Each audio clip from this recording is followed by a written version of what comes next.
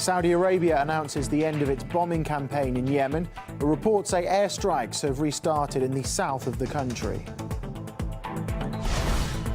Anger at police brutality reignites in the US, with crowds protesting the in-custody death of a 25-year-old black man in Baltimore.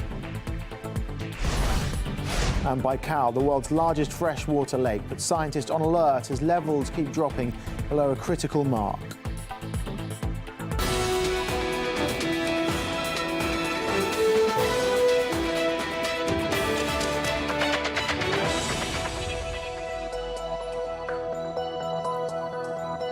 Midday in Moscow, you're watching RT International. Saudi Arabia has reportedly bombed Houthi rebel positions in southern Yemen. This comes as the coalition declared an end to its military campaign, Decisive Storm, which it declares as a success.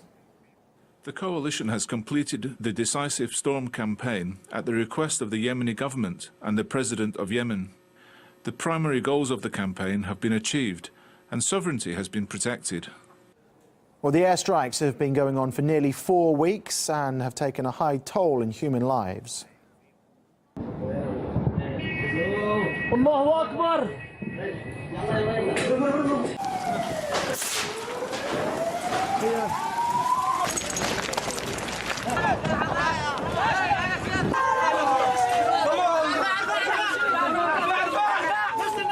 International law expert Dawid Karala believes the campaign has been a failure so far.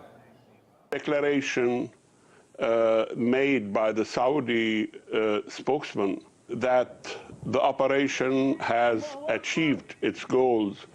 It's a fantasy that I doubt he believes, but it's a fantasy that they are making for gullible, uninformed people. They have declared the bringing back to power Mr. Hadi as president and his government. Well, this was not achieved. They said they will get rid of the Houthis, and all the maneuvers didn't lead to any of the initially declared objectives.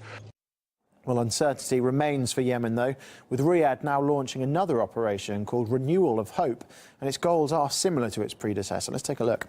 Now, Operation Decisive Storm was aimed at bringing peace to Yemen, while this goal remains in restoration of hope. Another aim was the destruction of the Houthi rebels who ousted President Hadi. It's still part of the new campaign.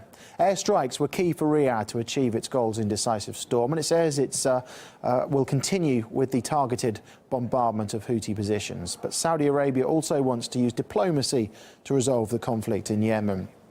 Well, the diplomatic situation remains confused. The rebels say they've had no contact with the Saudis or with ousted President Hadi.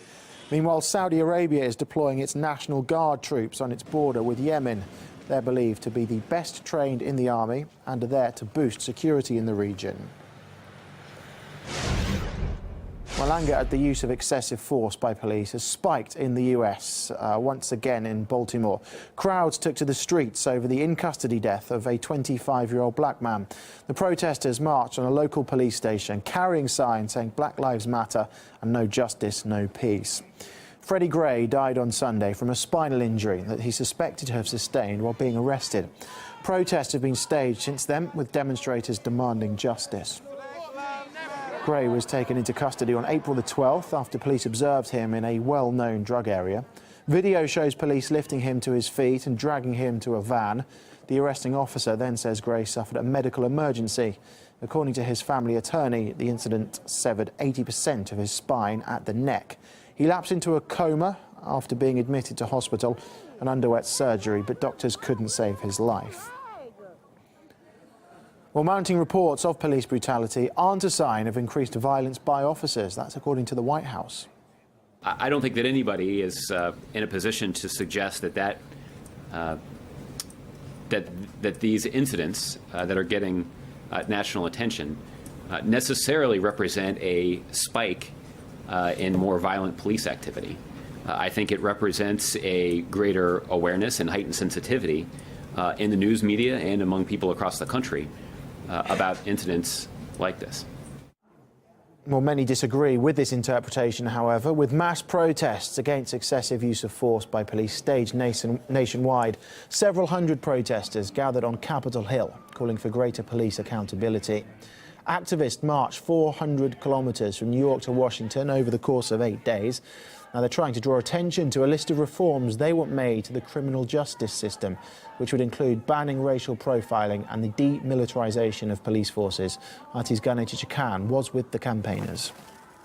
The call of this rally is to put an end to all senseless deaths at the hands of the police. It's not about one or two cases. They say it's a systemic problem which won't stop until police are held accountable, until racial profiling by the police ends.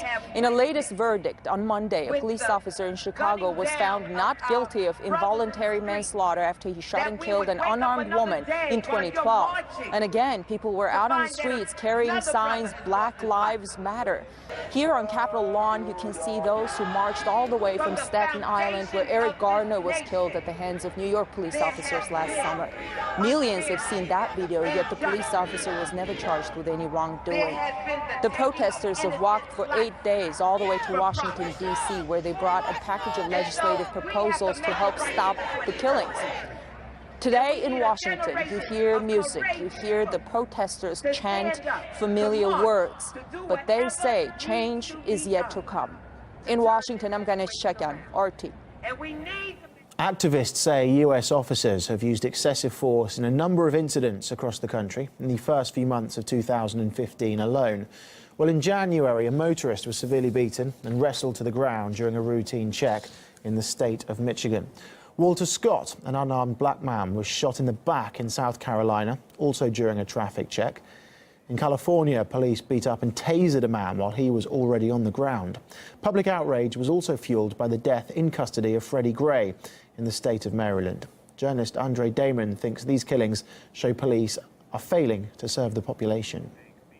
The wave of police killings is really broadly affecting popular consciousness. I think it's having an impact on the way that people see society and the old narrative that the state represents the interests of the population and not the people who rule over the population is being shattered by one police killing after another, documented and then covered up and protected by the state. I think the remarks by the National Guard in occupying Ferguson last year in internal documents calling peaceful demonstrators enemy forces speaks to the extent of the hostility within the state to the population and the social interests of the population. We are coming to you live from Moscow. It's 8 minutes past midday now. You're watching RT International. We've got more stories to come from around the world, including the 20-year sentence handed down to Egypt's ousted President Morsi is denounced as not enough. We look at his rise and fall in a few minutes' time. Plus, the American dream of prosperity and success is shattered in one city that's been overrun by crime, mobs and gangs. That story coming up in several minutes.